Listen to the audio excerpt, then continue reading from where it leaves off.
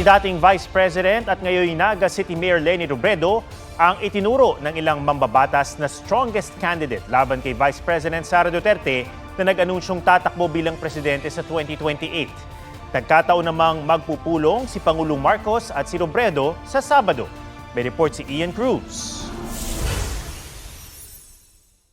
Ako si Sara Duterte. Tatakbo bilang Pangulo ng Pilipinas. Kasunod ng anunsyong yan ni Vice President Sara Duterte, naging usap-usapan kung sino ang posibleng itapat sa kanya sa 2028 presidential elections. Strongest candidate na may chance to beat the Vice President Sara is Vice President Leni. You're bent on pursuing her or convincing her talaga? Yeah, of course.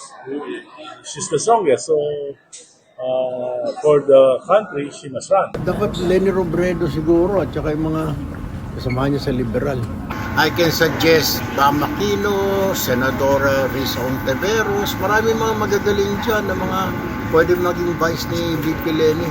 Sa isang post, sinabi ni Senador Bam Aquino na hindi siya tatakbong Vice President sa 2028. Wala pang pahayag si Senadora Risa Ontiveros. Pero dati nang sinabi ni Ontiveros na bukas siyang tumakbo bilang presidente o vice-presidente kung iyon ang mapagkakasunduan ng United Opposition. Magkikita sa Naga City si dating Vice President at ngayon Mayor Leni Robredo at Pangulong Marcos para sa Oplan kontra Baha roon.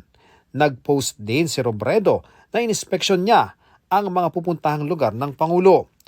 Tanong sa Malacanang, may iba ba silang tatalakayin? Yan ang abangan nyo. Sa ngayon, sabi ng Malacanang, hindi pa napag-uusapan ang posibleng pambato ng administrasyon sa 2028. Wala po kasi talaga na pag-uusapan tungkol sa pangangampanya o kung sino man ang magiging kandidato sa 2028. Hindi pa po kasi panahon ngayon, napakaaga po pa kasi. Natanong din si Jose Claire Castro kanina kung may ibig sabihin ang pagsuot niya ng pink, ang kulay ng kampanya ni Robredo noong 2022 elections. Nice. That signals na nililigawan talaga ng administrasyon si Vice President, dating Vice President Leni Robredo. Ikaw naman, nagsuot lang ako ng pink pero naagad mali siya. Wala po. Sinisika pa ng GMA Integrated News na makuha ang panig ni Robredo. Ian Cruz nagbabalita para sa GMA Integrated News.